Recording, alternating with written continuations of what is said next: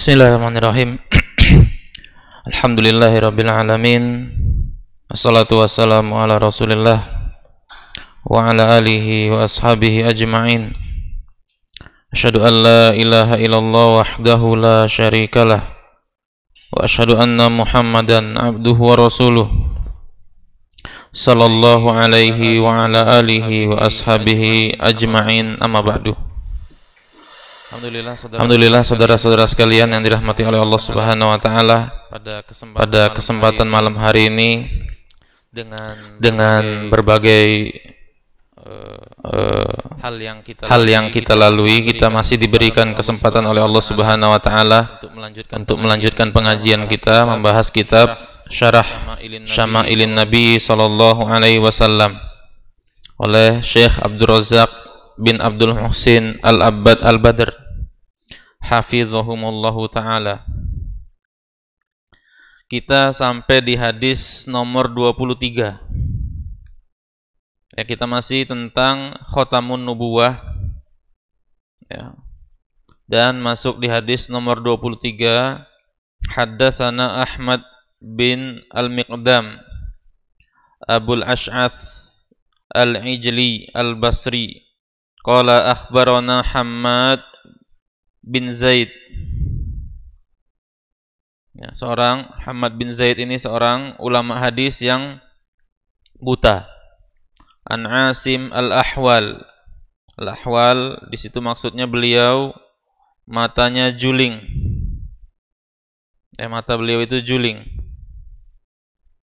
Jadi dari sini boleh saja kita melakobi seseorang dengan lakop-lakop yang dipahami oleh orang lain, lakop yang itu cacat dari badan mereka tapi bisa dipahami oleh orang lain ya, seperti sahabat ada yang dilakobi Dzul Yadain, pemilik dua tangan, padahal kan semua orang punya tangan, tapi sahabat ini disebut Dzul Yadain karena tangan sahabat ini panjang, kalau dia berdiri dia bisa pegang lututnya. Anda pernah coba itu? Ya, dia berdiri, dia pegang lututnya bisa. Dzul Yadain. Nabi SAW juga nyebut beliau Dzul Yadain. Ketika Dzul Yadain ini negor Nabi, kan Nabi sholat asar atau zuhur itu 2 rakaat cuman.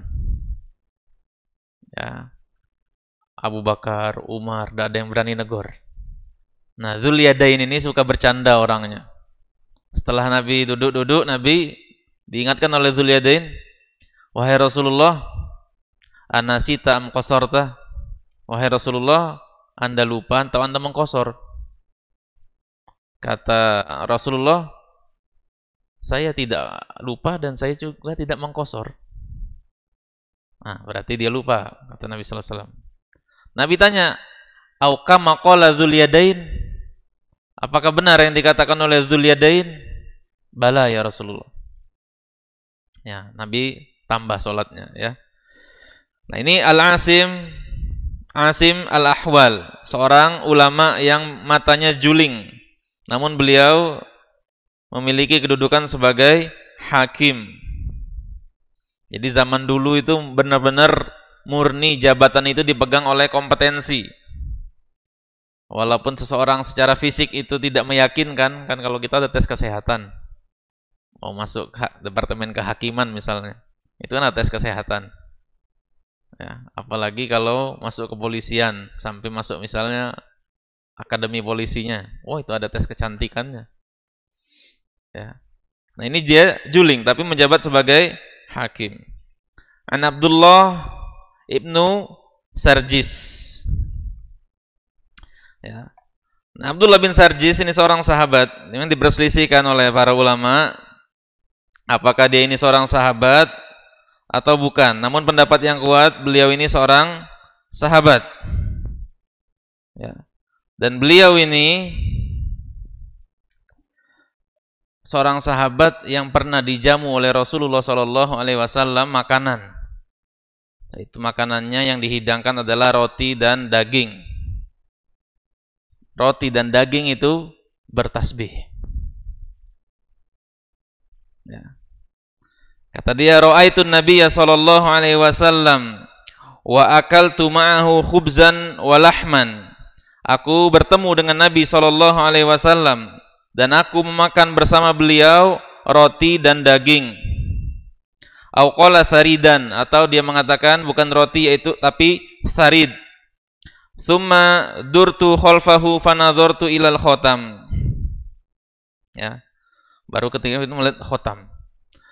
Nah, pas mau makan itu bertasbih.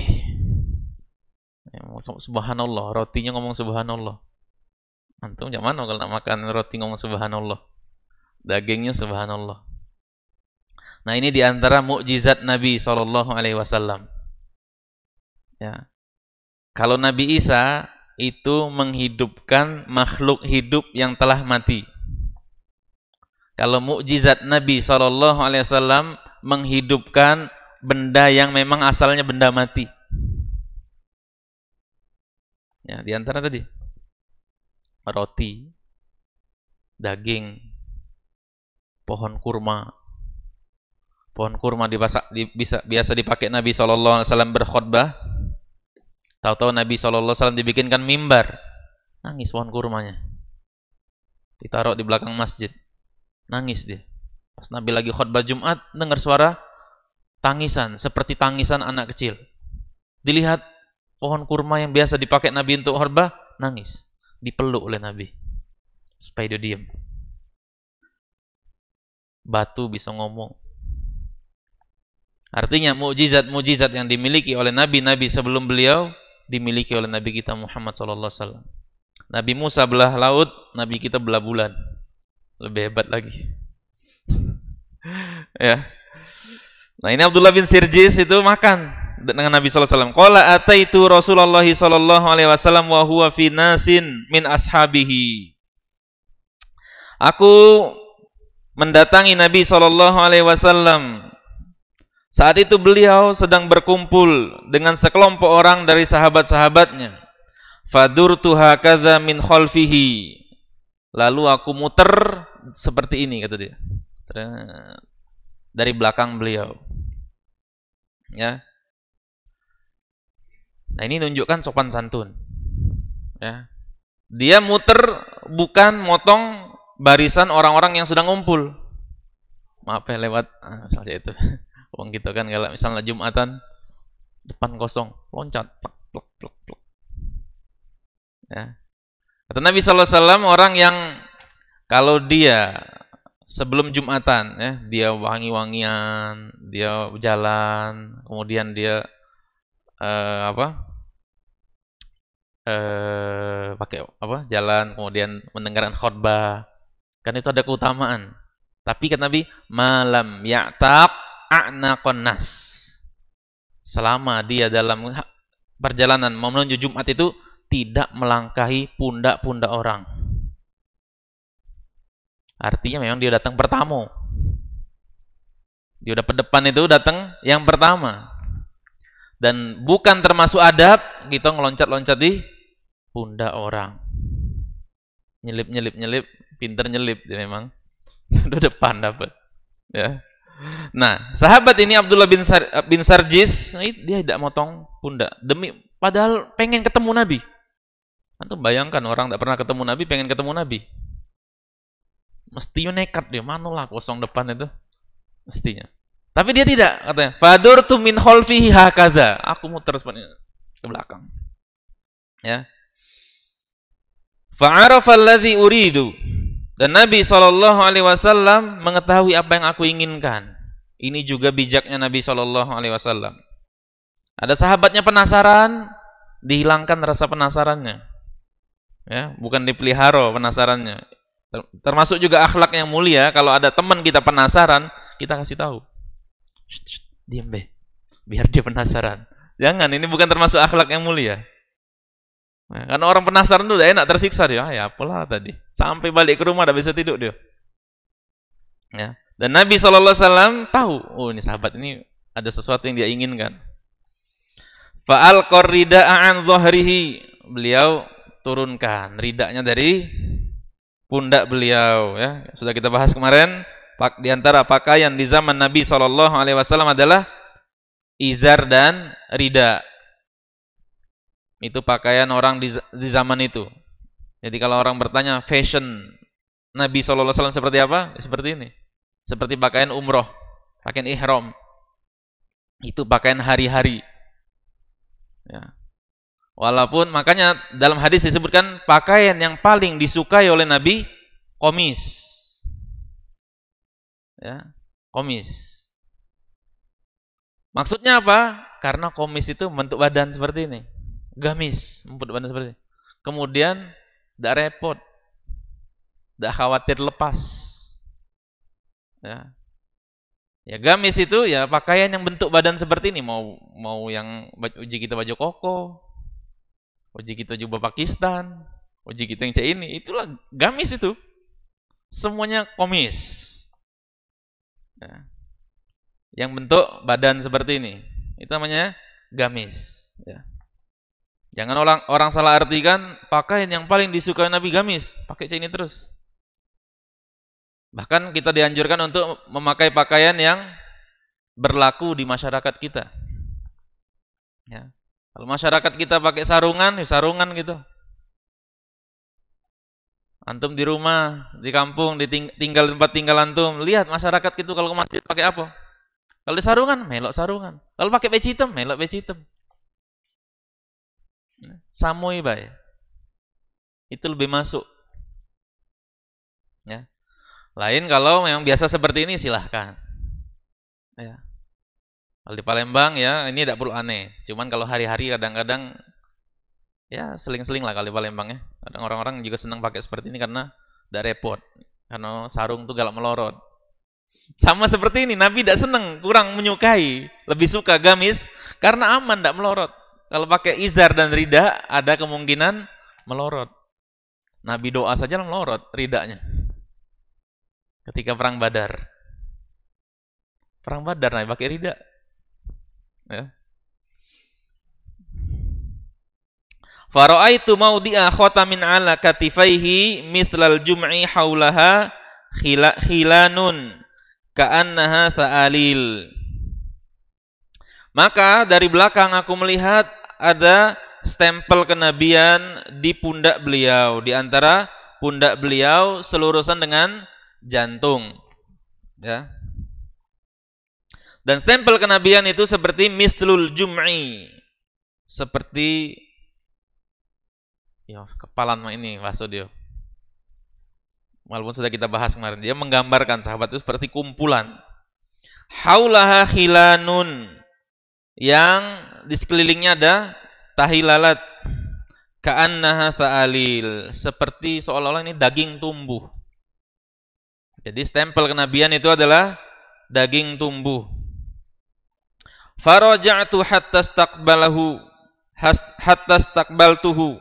Kemudian aku kembali sampai aku menghadap dengan beliau sallallahu alaihi wasallam. Faqultu ghafarallahu laka ya Rasulullah. Kemudian aku berkata kepada beliau, semoga Allah mengampuni engkau wahai Rasulullah. Ya. Ini diantara adab bertanya. Ya. Orang bertanya, sahabat ini mengajarkan adab sebelum bertanya, sebelum berbicara dia membuka pembicaraan dengan Rasulullah, dia doakan Rasulullah dengan doa ampunan. Ya. Ini sebenarnya kurang ajar apa? Doakan Nabi semoga Allah ngampuni kau Rasul. Nah, berani-beraninya doakan Nabi supaya diampuni. Ya. Apakah Nabi punya dosa?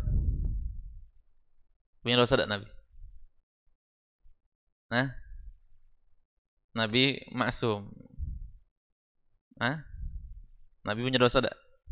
Nabi punya dosa. Dalilnya adalah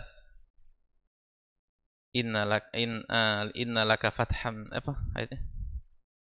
Fatham mubina liyaghfiralakallahu ma taqaddama min dzambika wa ma ta'akhkhar. Ya, sungguhnya Allah telah menaklukkan engkau dengan penaklukan yang nyata agar supaya Allah mengampuni kesalahan-kesalahanmu. Liyaghfiralakallahu ma taqaddama, dosa-dosamu yang telah dahulu, wa ma ta'akhkhar, dan dosa-dosa yang nanti akan dilakukan. Lalu bagaimana Nabi itu kita kenal dengan ma'sum? Apa jadi maksudnya ini? Maksud Nabi SAW ma'sum itu terbagi menjadi 3 golongan. Golongan yang pertama yang meyakini Nabi SAW itu maksum sama sekali, maksum secara total, tidak ada dosa sama sekali, baik dosa besar maupun dosa kecil. Ini adalah pendapat Asy'ariyah. Jadi tidak heran kalau antum meyakini itu, karena besar kita di lingkungan Asy'ariyah. Ya. Keyakinan Asy'ariyah, Nabi itu terjaga dari dosa besar dan dosa kecil, terjaga dari semua kesalahan secara total. Kemudian yang kedua, ada keyakinan seseorang, ada keyakinan yang mengatakan Nabi SAW itu tidak terjaga dari dosa. Artinya Nabi itu mungkin berbuat maksiat, baik dosa besar maupun dosa kecil. Ya. Nabi masih ada kemungkinan melakukan kesyirikan misalnya. Ini adalah keyakinan Mu'tazilah. Ya. Seperti yang diyakini oleh salah seorang tokoh besar, tokoh agama di Indonesia ini. Nak disebut nama agak masuk radio, denger wong awam. AGB, off record. Ya. Meyakini bahwa Rasulullah itu tidak terjaga dari dosa, masih kemungkinan melakukan perbuatan dosa. Sementara Ahlussunnah wal Jamaah meyakini Rasulullah SAW ma'sum, terjaga dari dosa besar, terjaga dari dosa-dosa yang dapat mengubah syariat, yang mengurangi atau menambahi syariat, menghilangkan kesempurnaan syariat. Tapi Nabi ada dosa-dosa kecil. Seperti Abdullah ibnu Umi Maktum datang, Nabi tidak pedulikan, tapi langsung ditegur oleh Allah Subhanahu Wa Taala. Kesalahan Nabi ini sebagai penyempurna syariat. Nah, kalau kesalahan kita, ya sudah, tidak sempurna syariat. Kalau kesalahan Nabi, kesalahannya saja menyempurnakan syariat. Tapi beliau punya kesalahan kecil. Makanya kata Allah, liyaghfira lakallahu ma taqaddama min dzambika wa ma ta'akhkhar. Agar Allah Subhanahu wa taala mengampuni kesalahan-kesalahanmu yang telah engkau lakukan maupun yang belum engkau lakukan. Jadi sahabat ini bukan kurang adab. Ya, ngapa tidak doa ke Nabi, semoga Anda sehat wahai Rasulullah. Semoga Allah merahmatimu wahai Rasulullah. Semoga Anda selamat. Ini doa ke Nabi. Semoga Allah diampuni, Allah mengampuni wahai Rasulullah. Ini doa juga bukan termasuk doa kurang adab. Kemudian kata faqala na'am. Ghafarallahu ya Rasulullah, faqala walaka. Kemudian Nabi mendoakan juga semoga untukmu juga. Faqala al-qaum. Kemudian ada orang generasi tabi'in nanya kepada sahabat Abdullah bin Sarjis, astaghfara laka Rasulullah sallallahu alaihi wasallam, apakah Rasulullah sallallahu alaihi wasallam memohonkan ampunan untukmu? Qala na'am, iya, walakum, dan beliau juga mengatakan dan untuk kalian juga. Tsumma tala hadhil ayah, kemudian sahabat tersebut membaca ayat wastaghfir lidzambika walil mu'minina wal mu'minat. Wahai Muhammad, minta ampunlah atas kesalahan-kesalahanmu. Artinya Nabi punya dosa. Ya, artinya Nabi punya dosa, namun dosa yang kecil. Wastaghfir lidzambika, mohonlah ampunan atas kesalahan-kesalahanmu, walil mu'minina wal mu'minat, dan kesalahan-kesalahan atau dosa-dosa orang-orang yang beriman, baik laki-laki maupun perempuan. Artinya engkau juga dimintai ampun oleh Rasulullah, termasuk kita semua. Cuman sahabat ini langsung 4 mata. Ya. Ini pemahaman luar biasa sahabat Abdullah bin Sarjis, ya, tentang ayat ini, ya.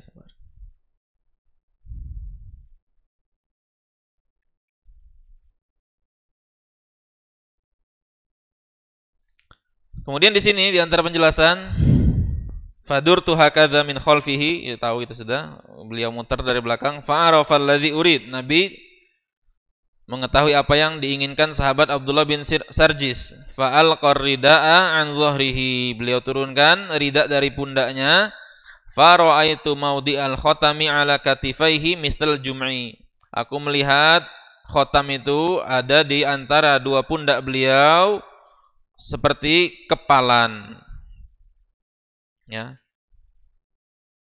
Maksudnya kepalan di sini bukan dari sisi ukuran, tapi dari sisi guratan. Kan kepalan kan ada kerut-kerutnya, ya.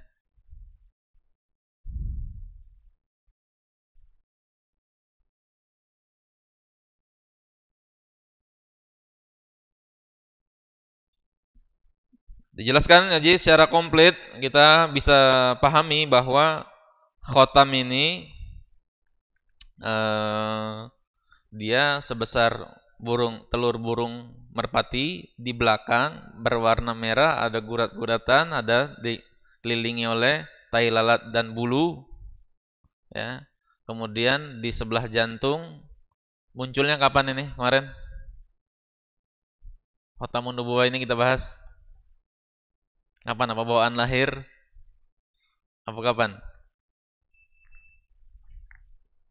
Khatamun nubuwah itu muncul ketika Nabi SAW dibedah oleh Jibril, dadanya usia 6 tahun.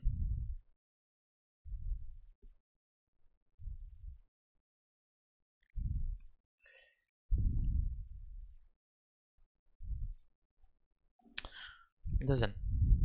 Ya sudah, kita azan dulu. Belum selesai faedah dari hadis ini, nanti ba'da isya kita lanjutkan.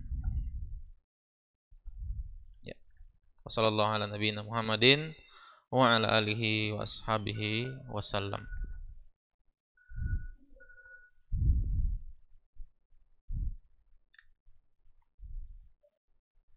Allahu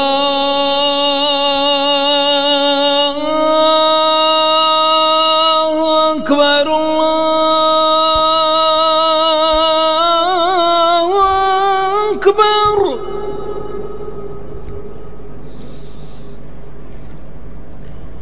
Allahu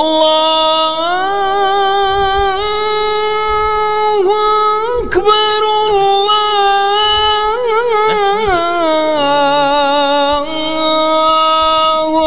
Akbar.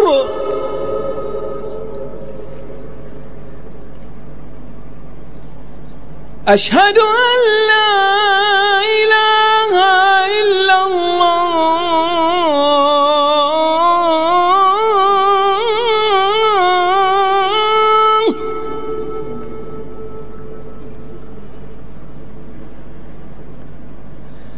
Ashhadu an la ilaha illallah.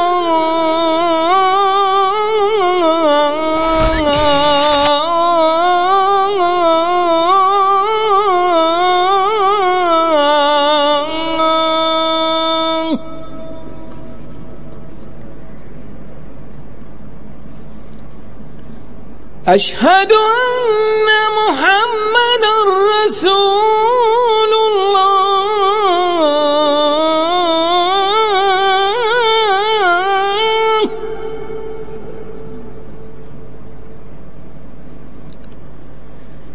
Ashhadu anna Muhammadar Rasulullah.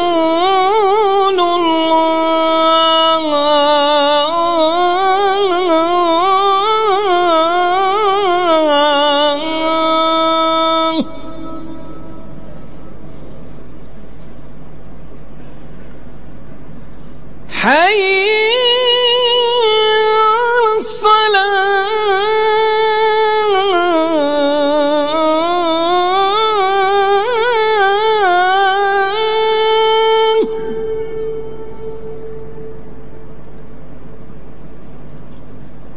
حي على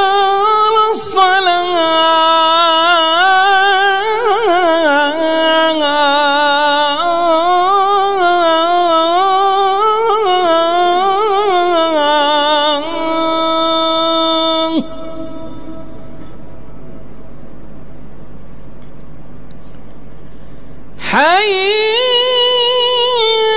على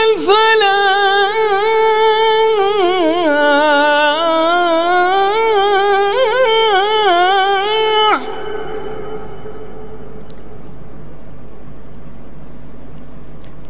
حي على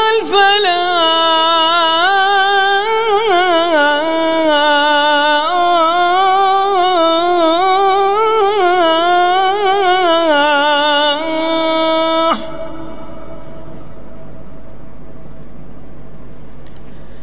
الله أكبر الله أكبر لا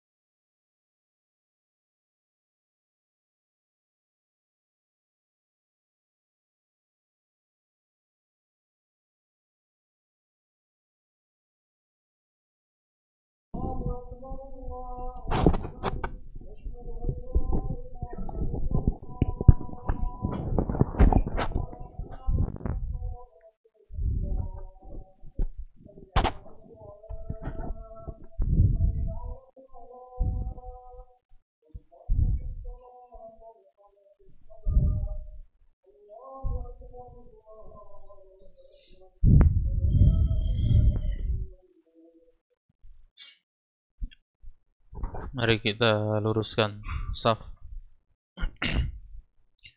Allahu Akbar.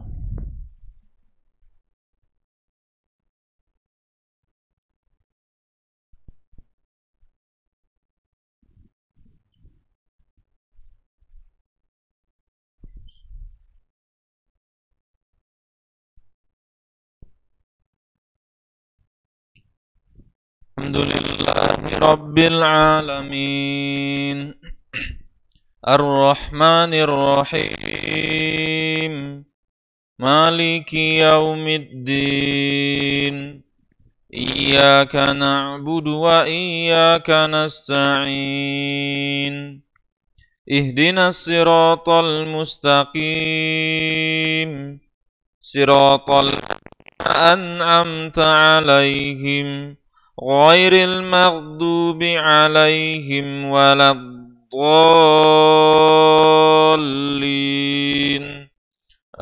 Amin.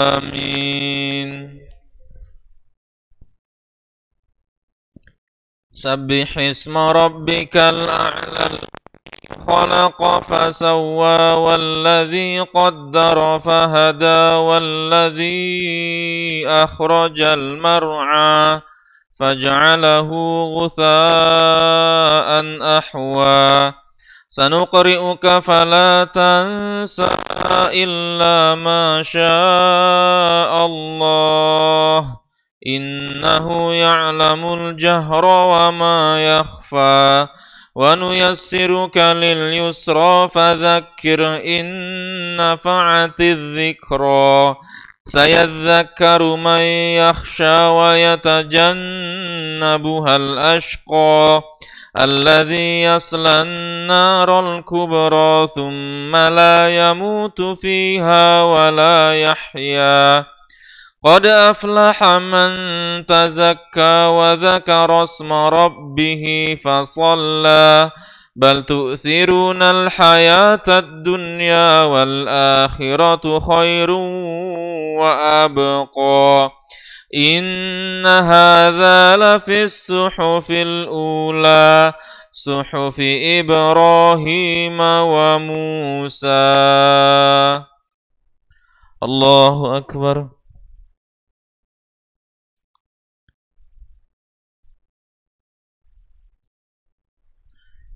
Sami Allahu liman hamidah. Allahu Akbar.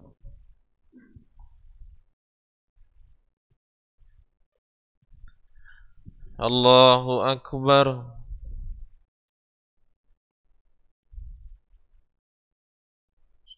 Allahu Akbar.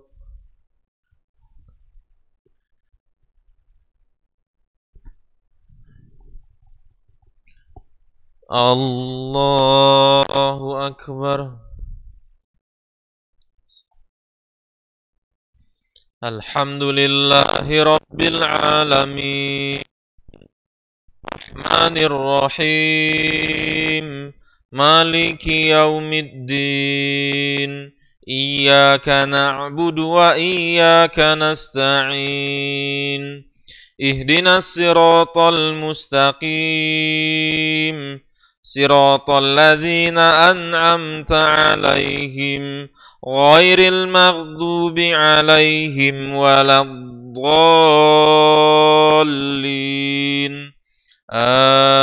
Amin.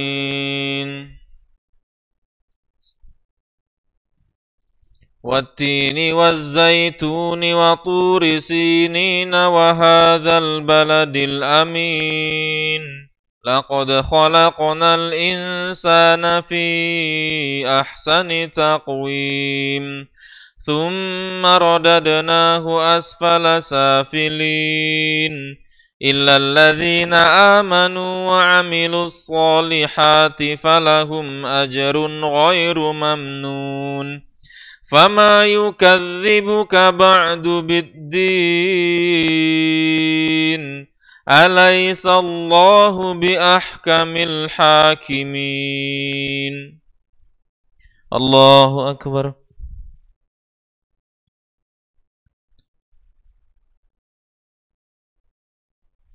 سمع الله لمن حمده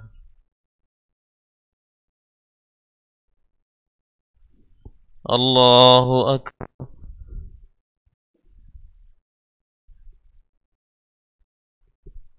الله أكبر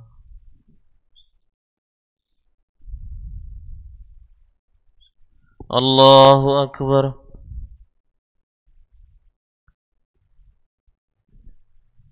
الله أكبر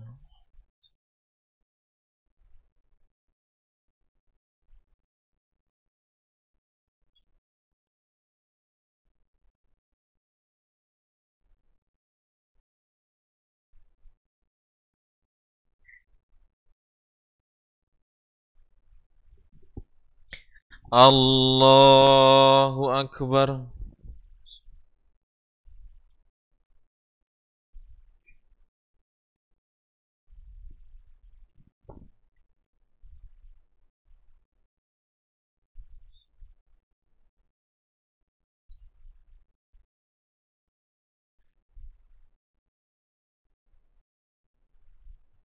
الله أكبر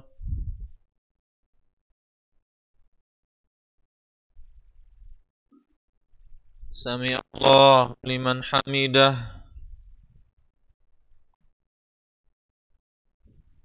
الله أكبر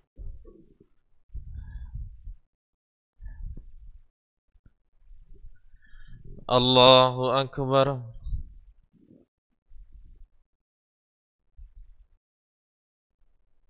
الله أكبر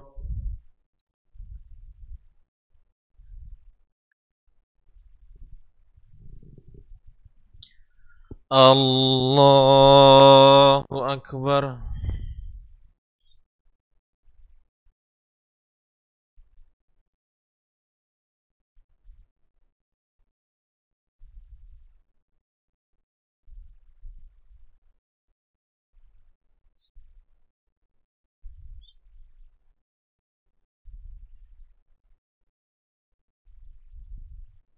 الله أكبر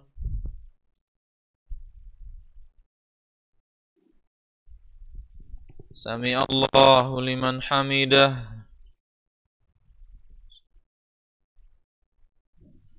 الله أكبر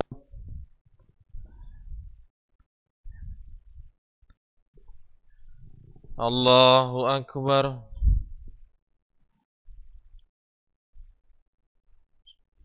الله أكبر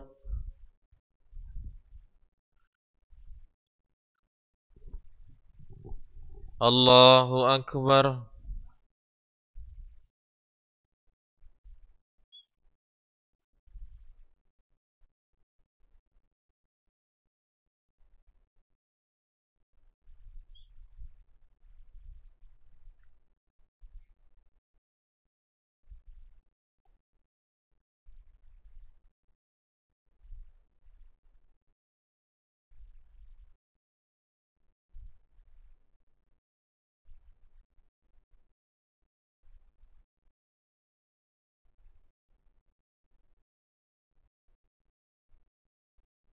السلام عليكم ورحمة الله السلام عليكم ورحمة الله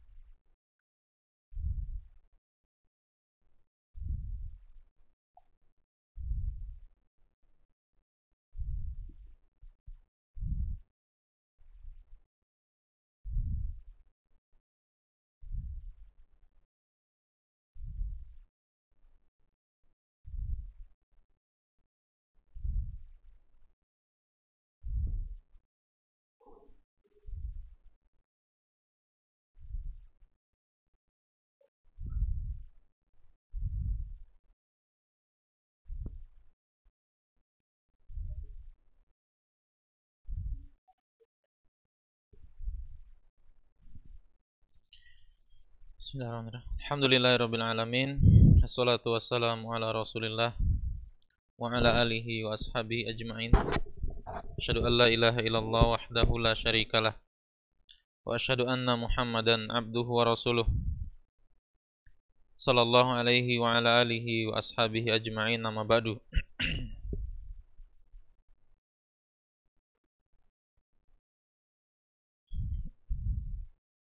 Kita lanjutkan pengajian kita membahas hadis nomor 23 dari sahabat Abdullah bin Sarjis yang pada riwayat beliau ini masih tentang khatamun nubuwah. Beliau mengatakan bahwa itu seperti sa'alil, kal jum'u sa'alil, yaitu seperti kepalan daging tumbuh, kamsalil sa'alil. Beliau umpamakan dengan kepalan itu min babi taqrib, untuk pendekatan saja, bahwa itu adalah bentuk yang menggumpal dan tidak mulus.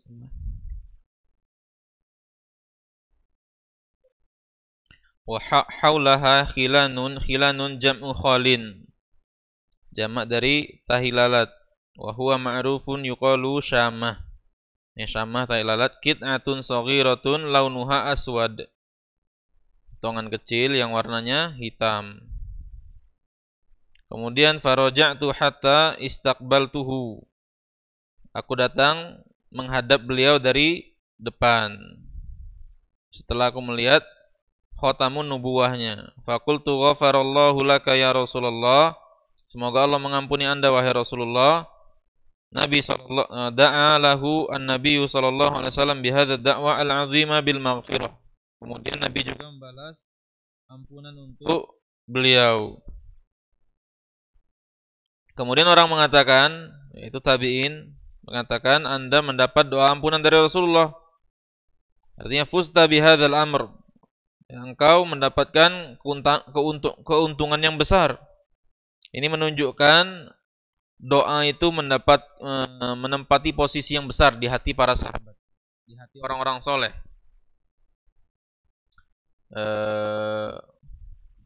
Saya lupa ya, siapa yang didoakan ketika bersin ya yarhamukallah.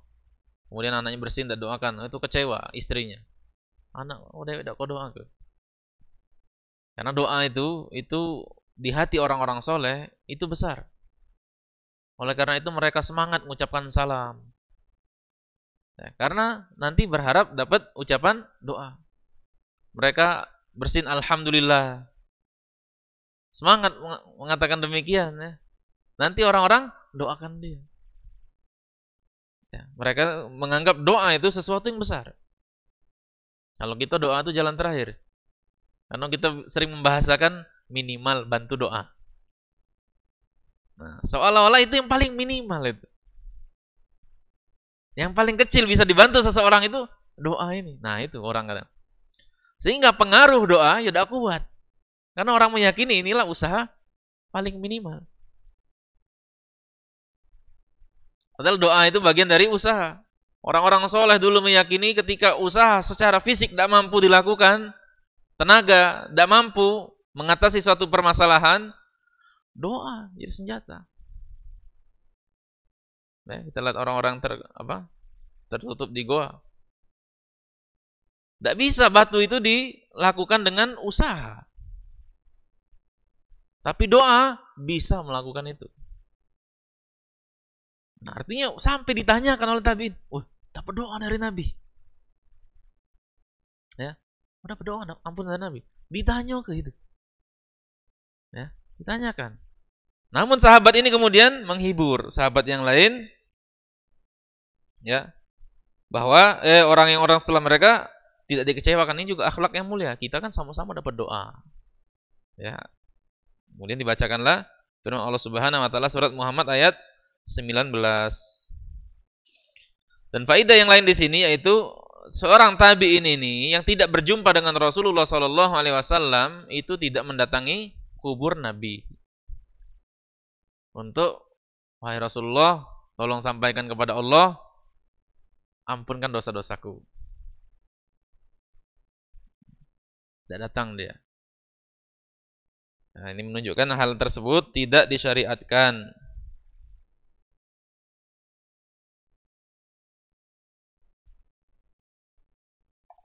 Itu terdapat juga hadis dari Aisyah radhiyallahu an, kama yadullu lidzalika ma jaa fi sahihil Bukhari min hadithi Aisyah anna Rasulullah sallallahu alaihi wasallam qala laha, ya, Nabi berkata kepada istrinya sendiri, "Dzaki law kana wa ana hayyun." Doaku itu untukmu. Law kana wa ana hayyun, ya, dan kondisiku itu masih hidup. Fa astaghfiru laki. Aku mohonkan kepada Allah ampunan untukmu. Nabi ketika aku masih hidup ini. Kalau aku sudah meninggal, tidak bisa. Tidak bisa kau datang ke kuburku minta ampunan, ya, kepada Allah melalui diriku. Bagaimana juga dijelaskan surat An-Nisa, walau annahum idz zalamu anfusahum ja'uka fastaghfarullah wastaghfara lahumur rasul. Para sahabat dulu, seandainya mereka menzolimi diri mereka sendiri, artinya berbuat dosa, ja'uka, mereka mendatangimu, fastaghfarullah, mereka memohon ampun kepada Allah, wastaghfara lahumur rasul, mereka pun meminta ampunkan untuk diri mereka melalui rasul. Nah, ayat ini jangan dijadikan dalil bahwa ini boleh datang ke rasul. Ya, fastaghfara lahumur rasul. Walau annahum idzalamu anfusahum, dan ingat, dan seandainya mereka menzolimi diri mereka sendiri, berdosa, ja'uka, mereka mendatangimu, fastaghfarullah, mereka mohon ampun kepada Allah dan memohon ampun melalui rasul, mereka datang kepadamu. Ayat ini bisa ditafsirkan oleh orang bahwa berarti dari sini boleh kita datang ke makam Nabi. Ayat ini ja'uka, mereka mendatangimu. Kalau tidak dipakai dengan pemahaman para sahabat, hasilnya seperti itu. Tapi para sahabat dijelaskan oleh Rasulullah, "Dzaki," kata beliau, "lau kana wa ana hayyun." Yang demikian itu untukmu kalau aku masih hidup. Fa astaghfiru laki. Aku akan memohonkan untukmu kepada Allah saat masih hidup. Ya, artinya ayat ini perlu ditafsirkan para sahabat, perlu ditafsirkan wahyu. Kalau kita baca secara terjemah saja, kita akan memahami berarti boleh datang ke kubur Rasul minta ampunan. Ngelobi apa tuh? Menjadikan tawasul dengan Rasul. Ya. Artinya kita membaca terjemah itu bagus, ya. Antum jangan usahakan baca terjemah Al-Qur'an. Tapi jangan mencukupkan sampai sebatas terjemah saja.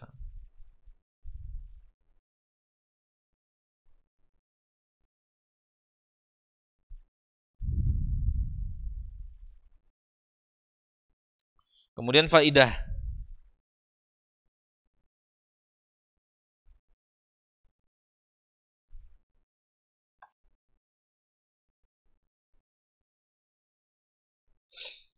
Su'ilal al-Hafiz al-Burhanuddin al-Halabi rahimahullah. Al-Hafiz Burhanuddin al-Halabi ditanya, hal khatamun nubuwah min khosaisin Nabi sallallahu alaihi wasallam? Apakah khatamun nubuwah itu termasuk tanda-tanda yang khusus untuk Nabi sallallahu alaihi wasallam saja? Au kullu nabiyyin makhtumun bi khatamin nubuwah? Atau seluruh nabi itu memiliki stempel kenabian? Fa ajaba la astahdiru fi dzalika syai'an. Ya, aku tidak mengetahui hal itu. Walakin alladzi yadhharu annahu sallallahu alaihi wasallam khussa bidzalika. Namun zahirnya, kata beliau, ya, bisa kita tangkap dari hadis-hadis bahwa hal itu hanya khusus untuk beliau saja, stempel kenabian. Nabi-nabi yang lain tidak punya stempel kenabian.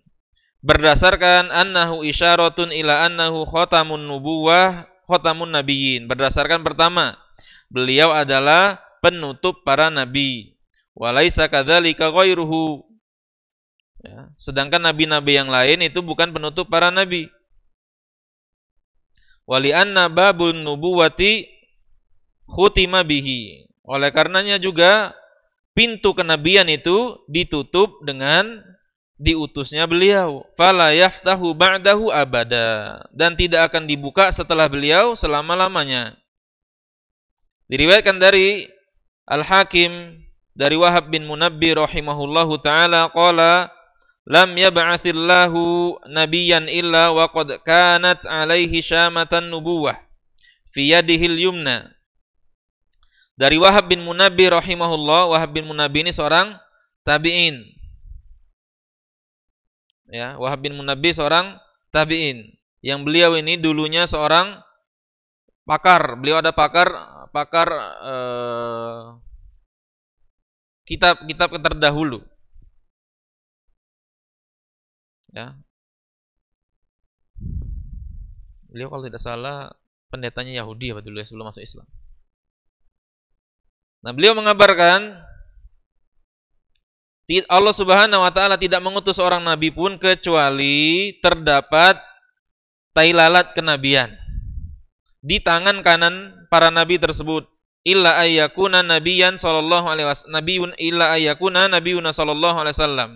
Kecuali nabi kita Muhammad sallallahu alaihi wasallam tanda kenabiannya tidak di tangan. Fa inna syamatan nubuwati kana baina katifaihi.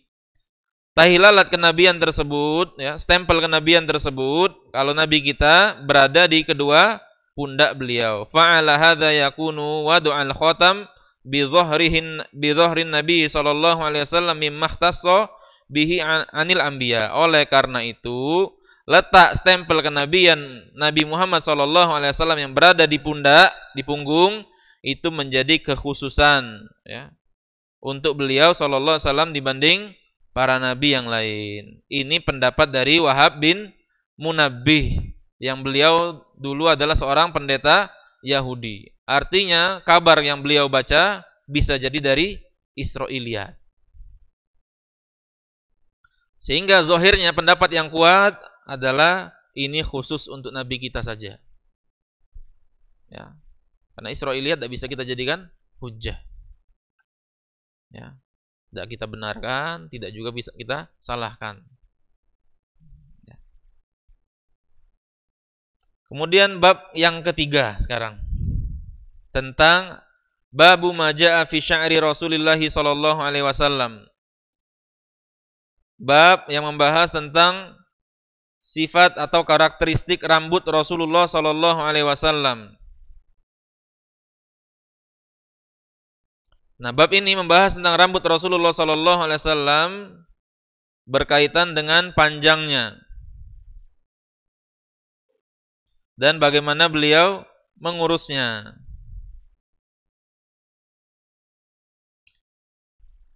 Haddatsana Ali bin Hujr qala akhbarana Ismail bin Ibrahim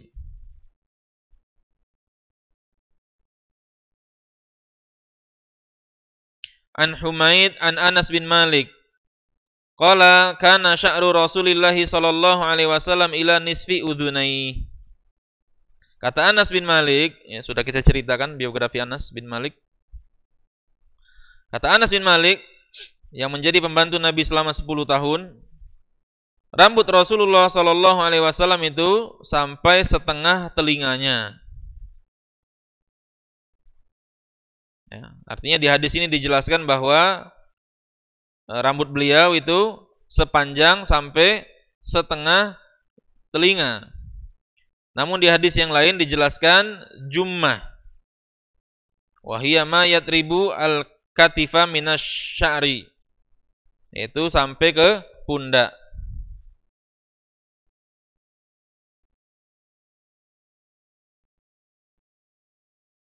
Kita baca dulu hadisnya ya, yang lain. Kemudian hadis yang nomor 25. Haddatsana Hannad bin Sari qala akhbarana Abdurrahman bin Abi Zinad an Hisham bin Urwah. Ya, dari Hisham bin Urwah.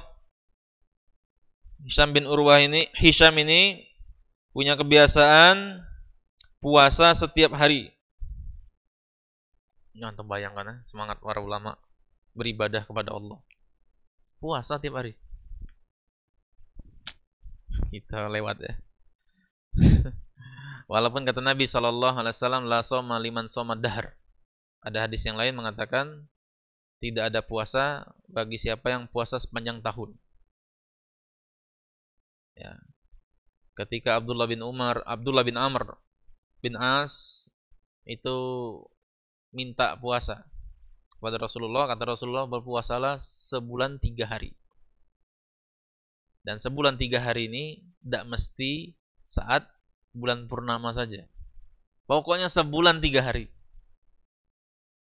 Karena setiap kebaikan dilipat gandakan jadi 10. Kalau puasa sehari 3 hari sebulan berarti sama seperti puasa sebulan penuh. Namun yang afdol puasa saat bulan purnama. Tanggal 13, 14, 15. Selain itu boleh. Ini namanya puasa Ayyamul Bid. Ya, kalau puasa 13, 14, 15. Tapi selain itu boleh. Kata beliau, aku mampu lebih dari itu. Kata Nabi, puasalah Senin Kamis. Kata beliau, aku mampu lebih dari itu. Kata Nabi, puasa sehari puasa, sehari tidak. Dzaka saumi akhi Daud, itu puasa saudaraku Daud. Fala tazid ala dzalik. Jangan lebih dari itu. Ya. Kata dia, aku mampu lebih dari itu. Kata Abdullah bin Amr bin As. Dia mampu tiap hari puasa. Kata Nabi, la soma liman soma dahr. Tidak ada puasa bagi orang yang puasa sepanjang tahun. Tiap hari puasa. Akhirnya Abdullah bin Amr ini sampai mati puasa Daud. Antum bayangkan semangat para sahabat.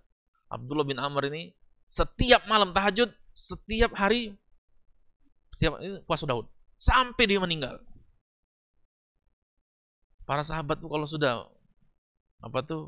memegang satu amalan, dipegang sampai mati. Kebiasaan itu. Dia amal saya mati. Walaupun di akhir hayat Abdullah bin Amr ngomong, seandainya dulu aku ngikuti nasihat Rasulullah SAW. Lah tuh, orang tua saja uzur bisa sholat puasa Ramadan. Diberi uzur, boleh tidak puasa Ramadan, bayar fidyah. Ya, orang tua. Ini sudah tua, dia tetap puasa Daud.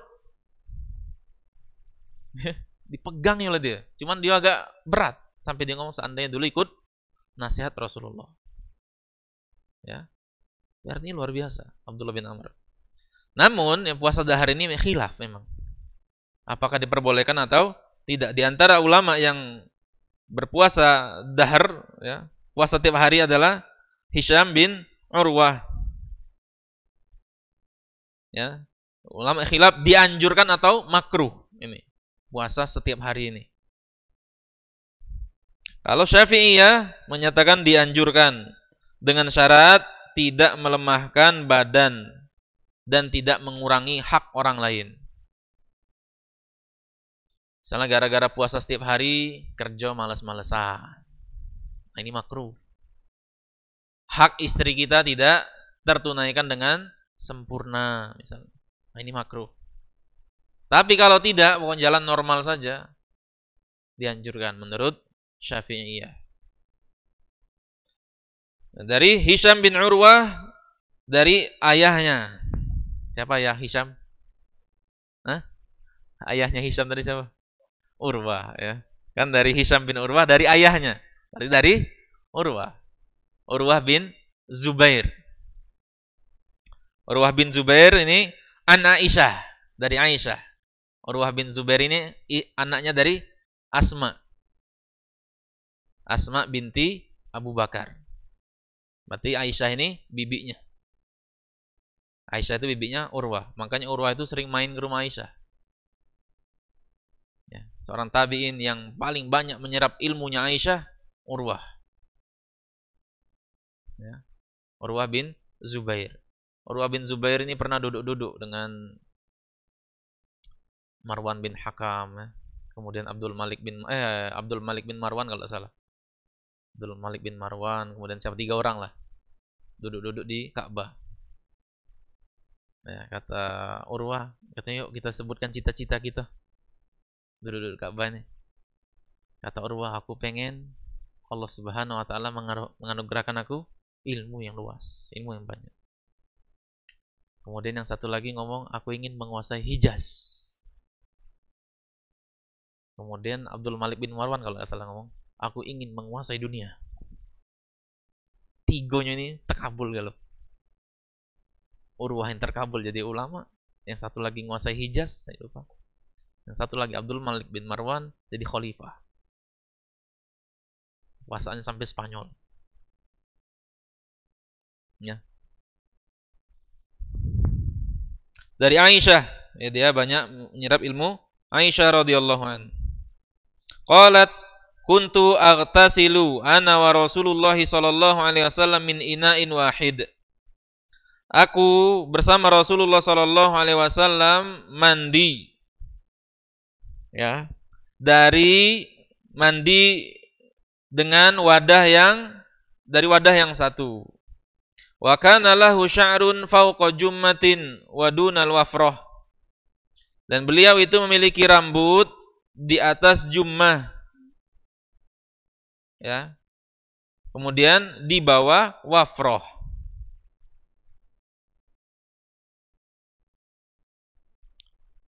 Ada lagi hadis yang lain berikutnya tentang apa nih? Karena Rasulullah SAW marbu'an.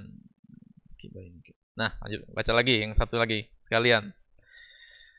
Dari Ahmad bin Mani'. Antum enggak apa-apa ini kelamaan. Qala haddatsana Abu Qatn. Qala haddatsana Syu'bah.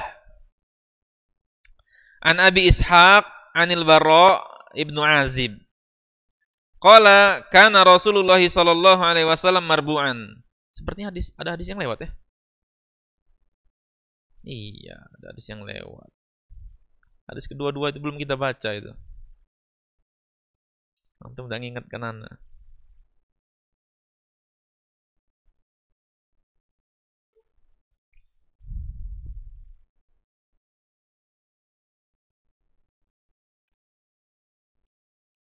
Ya, nantilah. Dari Bara' bin Azib radhiyallahu an kana Rasulullah sallallahu alaihi wasallam marbu'an.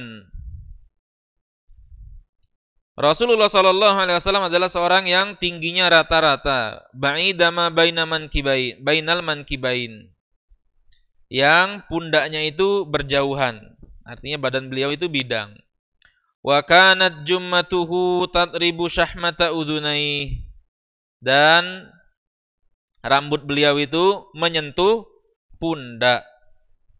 Nah, dari hadis ini ada 3 penjelasan rambut Rasulullah. Dari Anas bahwa sampai setengah telinga.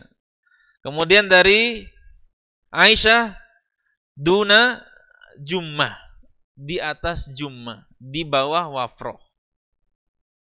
Kemudian kata Al-Bara' bin Azib jummah. Ya. Artinya rambut beliau sallallahu alaihi wasallam itu memiliki 3 kondisi ini. Kadang-kadang wafroh itu di sini sampai telinga sini. Kemudian wafroh atau sampai sini ya, sampai sini wafroh. Apa namanya nih? Hah? Apa? Ada bahasa Indonesianya atau bahasa apa lah ini? Kalau kata kita buat di sini. Apa ini namanya? Ya. Kita sepakati namanya apa di sinilah. Kayak kita populer ke? Kan bahasa itu kan kesepakatan ya. Dulu kan enggak ada istilah itu. Tahu-tahu muncul istilah itu. Ini sepakati orang nyebar. Nah, ini kita buat di sini kalau kata. Nah, di sini, kadang sampai sini ini mafroh. Turun dari sini namanya 5. Turun dari sini 5. Dari wafroh ini 5. Sampai di sini namanya jummah. Itu rambut Rasulullah sallallahu alaihi wasallam. Nah, kata Aisyah, kuntu aghtasilu ana wa Rasulullah. Aku mandi bersama Rasulullah dari satu wadah. Mandi dari satu wadah di sini maksudnya tempat ngambil airnya satu tempat, satu wadah.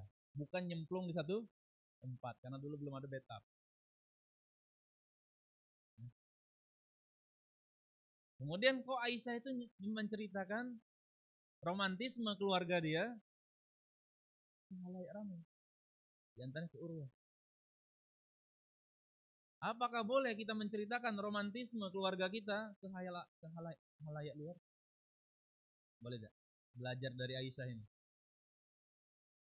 Aisyah cerita ke? Boleh tidak? Tidak boleh. Kenapa? Karena romantisme keluarga Rasulullah di sini ada pelajarannya. Kalau keluarga kita pun ada pelajarannya. Iya nangis pelajaran ngomong dari keluarga saya. Siapa kau? Ini ada pelajarannya dari sini, bahwa keteladanan itu seperti ini, sehingga diceritakan oleh Rasulullah. Sehingga tidak pas ketika orang aku nyuting dengan istri, misal lari-lari sama-sama, lari bareng istri. Alhamdulillah pagi ini lari bareng istri, ada video. Lari bareng istri. Kenapa? Karena Rasulullah juga lari bareng istri. Iya. Rasulullah itu ada pelajarannya supaya kita belajar ini romantisme. Kalau keluarga kita nak ngaku, nak ambil pelajaran, belajar, tidak butuh. Ya. Mandi ini barang Rasulullah ceritakan oleh Aisyah. Ada pelajaran di situ. Warga kita tidak butuh cerita mandi. Aduh, itu mandi dicerita ke sini. Tidak butuh orang pelajaran dari keluarga kita, tidak butuh. Artinya dari sini boleh suami istri itu mandi dari satu wadah, dari satu tempat boleh. Kemudian tidak ada batasan aurat antara suami dan istri. Ya. Artinya suami istri boleh melihat aurat, boleh saling melihat aurat. Orang kan kadang meyakini suami istri tidak boleh buka aurat. Nanti kalau kita mandi ada bagian yang harus tutup. Sampai maaf sampai ada orang mengatakan kalau kita berhubungan suami istri pakai selimut. No. Ya. Tidak ada batasan aurat antara suami istri. Ya, sebagaimana Nabi ini pelajarannya itu. Kalau keluarga gitu tidak usah disebut-sebut. Tidak kata pelajaran. Males dong dengarnya malah. Ya.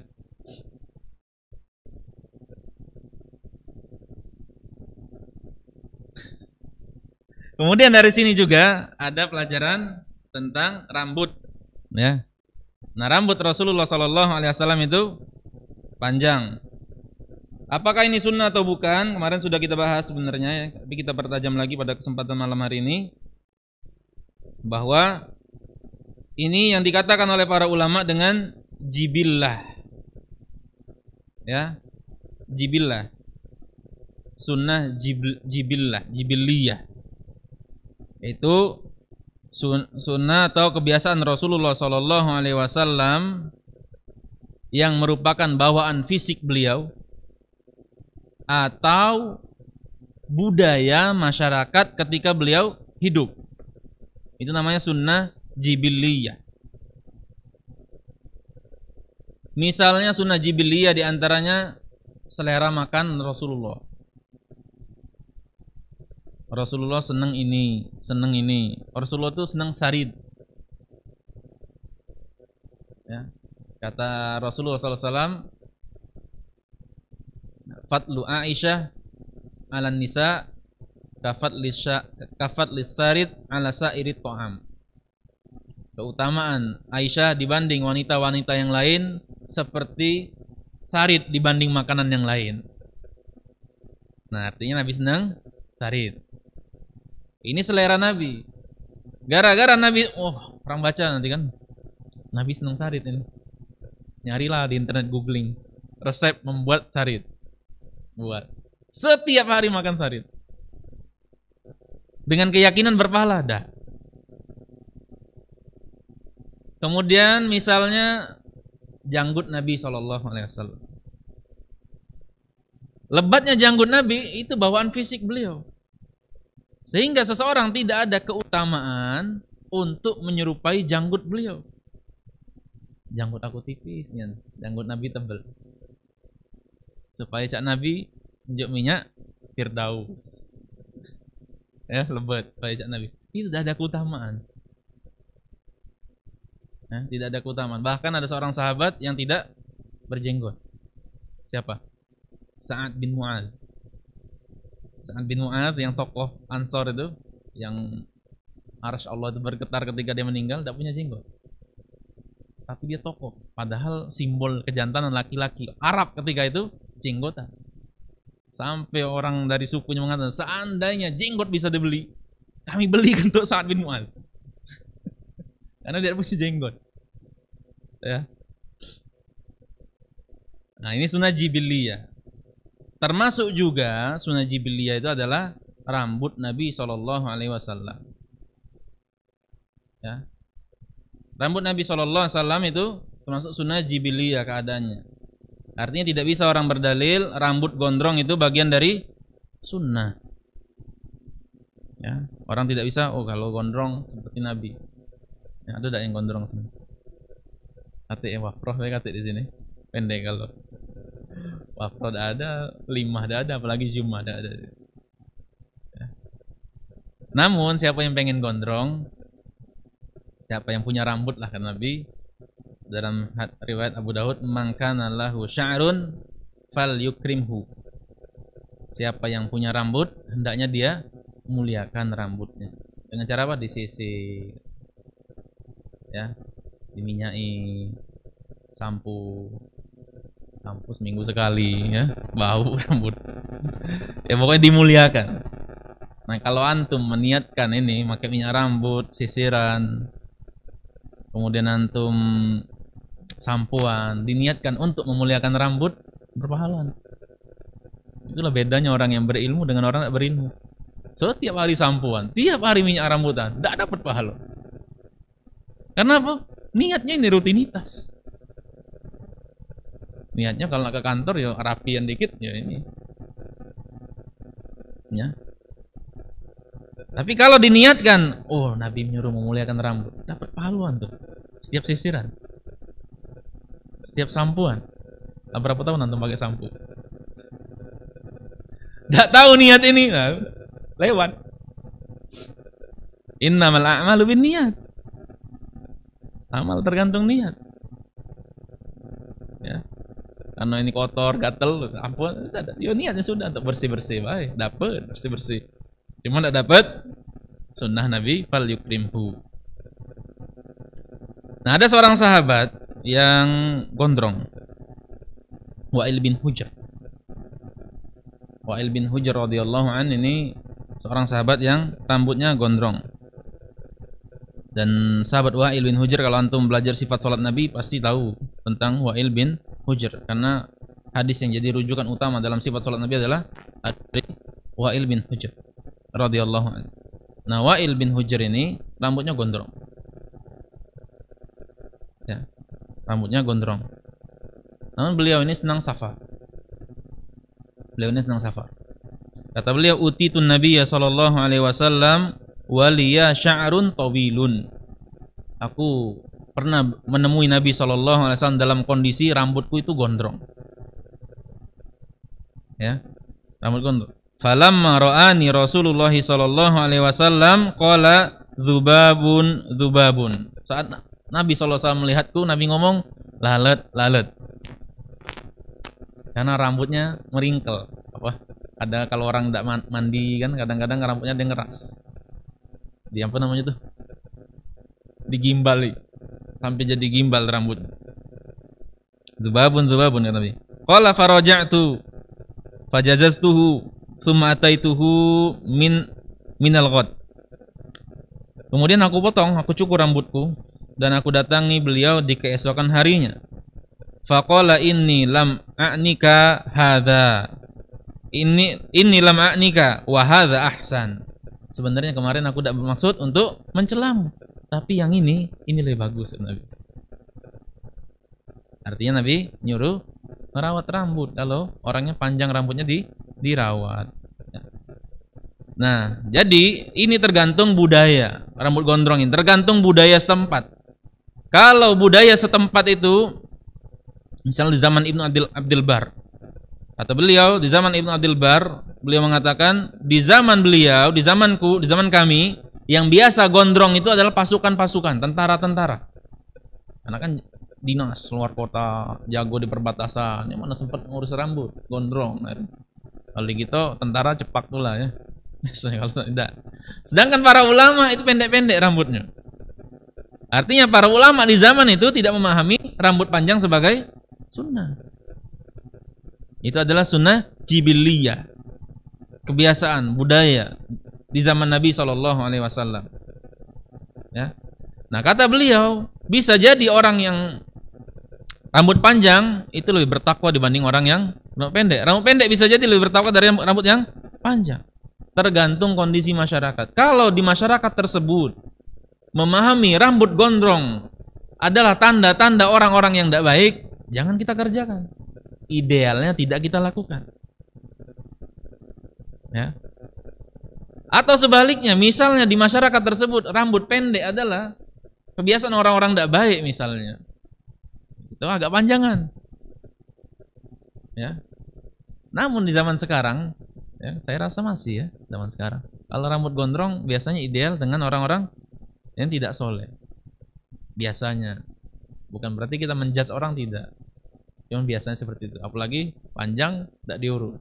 Kalau panjang terurus masih orang, masya Allah bagus rambutnya. Masih orang seperti itu. Itu tidak terlarang juga. Ya. Kan kalau di kita orang yang suka ngerok misalnya, ngerok lagu, nak kerokan. Ya. Di zaman kita demikian. Artinya karena ini seperti ini, zaman kita lebih baik kita milih rambut pendek. Ya, itu yang lebih kita pilih. Dan Nabi SAW rambutnya tidak pendek. Nabi itu gundul, cuman saat ibadah saja. Ya, saat ibadah beliau gundul. Kemarin sudah kita jelaskan klasifikasi gundul itu bisa ibadah, bisa makruh, bisa dianjurkan, bisa mubah, bisa bid'ah. Ya, seperti orang-orang Khawarij yang membuat ciri khas kesolehan dengan gundul. Sementara orang-orang Sufi, kata Syekhul Islam Ibnu Taimiyah, membuat ciri kesolehan dengan gondrong. Makanya kalau antum lihat orang-orang Sufi suka gondrong. Nah itu ciri kesolehan. Nah ini tidak boleh seperti itu. Ini namanya sunnah jibiliyah. Jadi antum harus perhatikan, antum beda-bedakan. Jadi sunnah itu dibagi-bagi ya. Sunnah itu kan kebiasaan Nabi. Ucapan, perbuatan, atau takrir dari Nabi SAW. Nah, namanya perbuatan Nabi kan diklasifikasikan lagi nanti. Ada perbuatan yang itu jibiliyah, ada sunnah yang hukumnya wajib, ada yang sunat, ada yang mubah, ada yang jibiliyah. Seperti orang-orang dari jamaah tabligh kadang-kadang mencela orang-orang mengikuti Rasulullah dan para sahabat. Itu ngomong ngikuti Rasulullah dan para sahabat, ngikuti Rasul para sahabat. Ya. Tapi baju beda, pakai baju sahabat Nabi, tidak pakai sorban cak Nabi. Ya. Nah, antum jawab dengan ini. Itu sunnah jibiliyah. Ya. Itu Nabi memang pakai sorban, pakai imamah gitu. Imamah itu tahu antum? Digulung-gulung, ujungnya diikat di leher sampai digulung ke leher. Itu imamah. Makanya Nabi ketika wudhu, Nabi angkat cuman depannya ini, karena repot ngelepas imamah ini. Atau Nabi lepas depannya saja. Tapi Nabi usap sampai belakang. Ini belajar fikih wudhu agak lain babnya nih. Pokoknya kayak itu. Maksud saya itu. Jadi imamah seperti itu. Nah kalau kita pakai imamah yang di zaman sekarang, tidak masuk. Kita ngantor pakai baju kopri, waktu itu kan ada kasus orang pakai baju kopri pakai sepanjang itu heboh sudah. Apalagi antum ngantor pakai imamah, tangkong dari mana antum? Dan itu repot. Ya demikian apa yang kita bisa bahas pada kesempatan malam hari ini. Ya, insya Allah kita lanjutkan pekan depan. Sampai di sini ada yang ingin ditanyakan, silakan. Ya Ustaz, ini ada pertanyaan masuk Ustaz. Iya, silakan. Ustaz, beberapa waktu lalu heboh ada rambut Nabi didatangkan oleh orang-orang tertentu. Benarkah itu rambut Nabi? Masihkah ada rambut Nabi disimpan sekarang saat ini? Ya. Pernah diusulkan kepada Gubernur Madinah kalau tidak salah, bikin museum tentang peninggalan-peninggalan Nabi Shallallahu Alaihi Wasallam, tentang rambut beliau, baju beliau, kemudian gelas-gelas beliau, misalnya seperti itu pokoknya. Namun ditolak oleh ulama-ulama Madinah dengan alasan di zaman ini itu hampir tidak ada peninggalan-peninggalan Nabi Shallallahu Alaihi Wasallam yang memang memiliki sanad yang sahih, sanad yang bersambung. Misalnya rambut beliau, kata siapa? Kata Sianu ngomong ini, Sianu terus sampai bersambung ke sahabat ngomong ini rambut Nabi, pokoknya sampai sambung, tidak ada yang sambung seperti itu. Lalu kok sekarang ada museum di Turki itu tentang museum yang memuat tentang peninggalan Nabi Shallallahu Alaihi Wasallam. Nah, yang perlu kita ketahui pertama, Turki Utsmani itu bermanhaj Sufia. Walaupun sebagian sejarawan seperti Ali As-Salabi ngomong itu Ahlussunnah wal Jamaah. Namun kata Syekh Ali bin Hasan Al-Halabi, muridnya Syekh Albani, Ali As-Salabi itu tidak memiliki kemampuan untuk meneliti berita-berita. Dia buku sirah dia itu bagus, ya. Ada runut dari Nabi ini, runut buku-buku sejarah oleh Ali As-Salabi. Tapi dia tidak memiliki kemampuan dalam takhrij. Ya, tidak masalah sebenarnya untuk baca buku beliau, tidak masalah ya, tidak masalah baca buku. Tapi ada sisi-sisi beliau itu lemah di situ. Seperti Ali As-Salabi itu memuat kisah tentang Umar memakamkan mengubur hidup-hidup anaknya. Padahal itu masyhur di kalangan para ulama, kisah itu tidak berasa. Ketika beliau muat biografi Umar. Nah, kalau kata Ali As-Salabi itu Ahlussunnah wal Jamaah Turki Utsmani. Tapi yang kita ketahui adalah manhajnya orang-orang Turki Utsmani adalah Sufi, bahkan Sufi ekstrim. Nah, oleh karena itu tidak ada seorang pun dari khalifah Turki Utsmani yang jumlahnya 30-an itu umroh atau haji. Tidak ada. Termasuk Muhammad Al-Fatih misalnya, atau Sulaiman Al-Qanuni. Tidak ada yang umroh. Ya. Nah, orang-orang Sufi kita ketahui mereka ini terbiasa mengada-adakan ini peninggalan Nabi. Ya, sampai sekarang. Kalau antum sering lihat peci, ada kan peci orang-orang nanti dijual lah di dekat-dekat masjid misalnya. Ada gambar kayak apa tuh, kayak ini agak lancip sini kan, set beloknya. Nah, itulah diyakini bentuk sendal Nabi, ditaruh kepala sini. Nah, gambarnya. Itu adalah keyakinan orang-orang Sufi bahwa ini bentuk sendal Nabi. Banyak itu peci-peci yang seperti itu. Kan lagi rame nih sekarang Maulidan misalnya kan rame. Itu banyak orang tak pakai helm kan. Nanti lihat peci-peci nah ini lah rombongan ini yang pakai itu, ya. Nah, orang-orang ini mengada-adakan seperti termasuk Turki Utsmani. Mengada-adakan ini adalah peninggalan Nabi karena secara politis kuat itu. Klaim sebuah kerajaan Islam menyimpan peninggalan-peninggalan Nabi itu mengokohkan status politik kuat.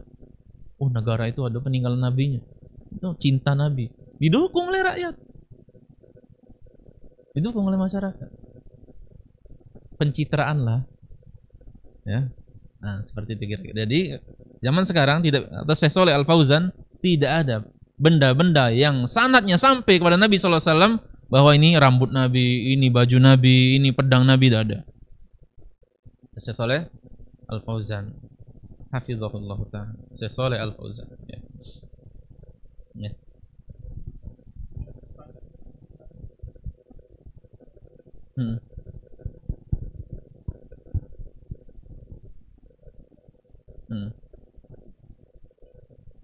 Iya, jadi ada sebagian riwayat memang ini masih khilaf di kalangan sejarawan. apakah Salman itu sempat berguru dengan murid Nabi Isa sampai umurnya 500 tahun, 200 tahun umur Salman itu atau tidak. Makanya kemarin ada yang ngirim ke saya ya, nanya tentang merapikan sendal di masjid, apakah boleh? Boleh, merapikan sendal di masjid boleh. Misalnya jamaah kan kadang berantakan, nanti rapi pas balik ngadep warga lah, boleh. Tidak perlu ditanyakan, itu boleh pasti. Cuman dalilnya adalah Salman ketika kecil merapikan, oh ada. Ini aneh jelas. Salman ketika kecil. Salman di bagian sejarah mengatakan dia ketemu dengan murid Nabi Isa. Ketemu Nabi masih kecil, tak mungkin. Ya, jadi kalau berdalil dengan itu jelas tidak. Tapi merapikannya boleh. Merapikan. Nah, tapi masih khilaf itu, khilaf kalangan sejarawan. Walaupun ada yang mengatakan umur beliau tidak sampai 100 atau hampir 100 lah. Ya. Ustaz, terakhir ini Ustaz. Ustaz, saya memiliki janggut yang panjang dan lebat. Bolehkah saya merapikan samping-samping dan ujung-ujung janggut saya agar terlihat lebih rapi?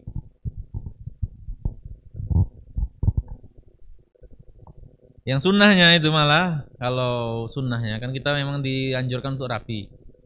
Namun yang sunnahnya kita membiarkan jenggot. Membiarkan jenggot ya. Kita biarkan jenggot kita tumbuh. Masalah rapi atau tidak itu kan relatif ya, relatif orang-orang melihat. Ada orang yang memang benci jenggot, kemudian jenggot kan diimagekan dengan sesuatu yang tidak rapi ya. Kemudian ya orang mau jenggot pendek, mau jenggot ini tetap tidak rapi. Saya saja jenggot yang pendek kayak ini, sedikit seperti ini, dikatakan orang tidak rapi. Ya, cukur bahaya jenggot tidak rapi ya. Nah ini jenggot kecil, ini relatif.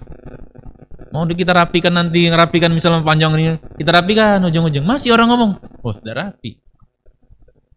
Jadi kalau mau diikuti terus ini kapan kita dikatakan rapi? Masalah jenggot itu sudah, pokoknya biarkan ini, kita rapi dari sisi yang lain. Kayak rapi, wangi, misalnya seperti itu. Ya, kita perhatikan celana misalnya, jangan sampai beberapa hari tidak dicuci-cuci sampai terlipat-lipat bagian belakang sini, jangan ya. Rapi-rapi lah gitu. Ya.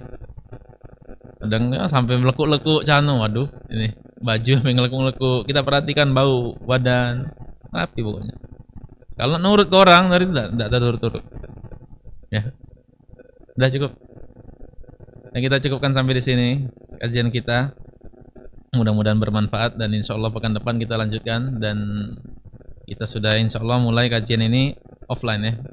Kita persilahkan ikhwan-ikhwan, mungkin ada yang mau datang ikut kajian, dipersilahkan dengan tetap ya jaga protokol kesehatan, walaupun ya kadar kita yang tidak seketat protapnya mungkin, tapi kita berusaha meminimalisir, jangan sampai kita benar-benar lepas dari protokol kesehatan sama sekali.